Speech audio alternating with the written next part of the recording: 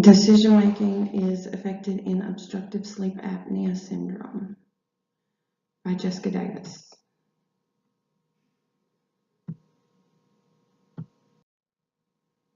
Overview.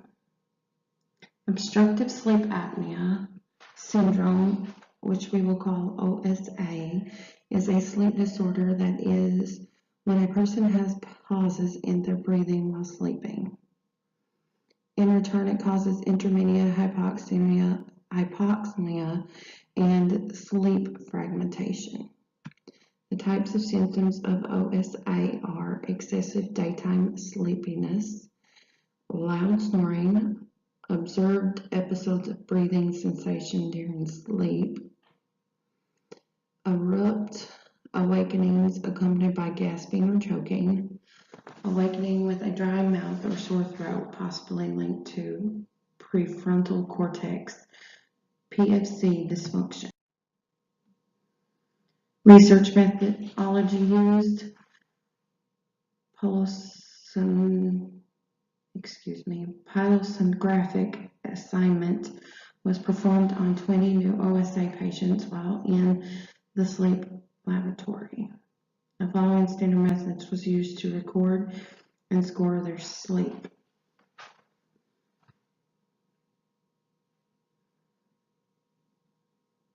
Nasal pressure, buccal airflow, and respiratory effort was recorded and scored by thoracic and abdominal sensors. Nocturnal oxygen saturation, SaO2, was measured by transcendent oximetry. Independent variables.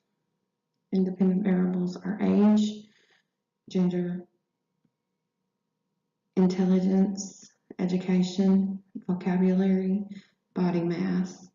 Dependent variables would be sleep quality, subject's sleepiness, depression, anxiety state, anxiety traits, cards that were used, and differences in the decks of cards that were used in the study. Study design. Pittsburgh Sleep Quality Index was used to assess sleep disturbance. Epworth Sleepiness Scale was used to assess daytime sleepiness. Individuals that took medicines that affected their sleep or cognitive functions wasn't studied. Individuals that displayed symptoms of depression on the Beck Depression Inventory wasn't able to be studied. Individuals that have anxiety on the state trait anxiety inventory wasn't able to be studied as well. Also, individuals that had a history of neurological or psychiatric disorders or had atypical work schedules were not able to participate in the study either. All individuals that were studied had to give written consent.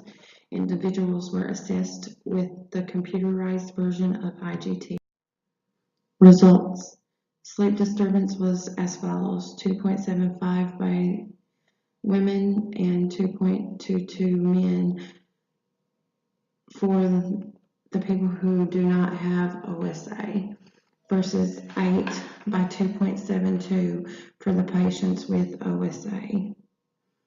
Daytime sleeplessness was as follows: 4.10 by 2.36 for the patients without OSA versus 13.55 by 5.80 for patients with OSA. The results show that there is a major difference in the quality of sleep a person gets with OSA and someone without OSA. Persons with OSA showed more signs of depression and anxiety than the ones without OSA. The study also suggested REM sleep, which is a type of sleep that you get while you're sound asleep, they would say. REM is the deepest sleep you can enter in. REM plays a role in emotion-guided decision-making because the VMPFC and anterior cingulated cortex is active while in REM sleep. The low nocturnal oxygen saturation suggested hypoxia was the major contributing factor for damage that would be in the anterior annulated cortex. Strengths and weaknesses of the study. Strengths are: other studies have confirmed that OSA has effects on the dorsolateral PFC, which decreases decision making. There are also reports showing a decrease in working memory tasks.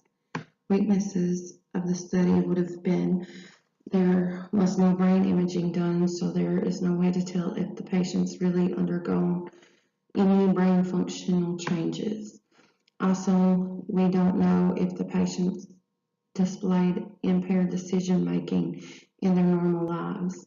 In addition, we have to consider things like impulsiveness in the patients as well that have OSA. How to improve the research. The only improvement that would be suggested in the study would to do head scans while the person sleeps in REM and see what parts of the brain are really being affected while the person is losing oxygen while sleeping in REM. References used for this presentation. Thank you.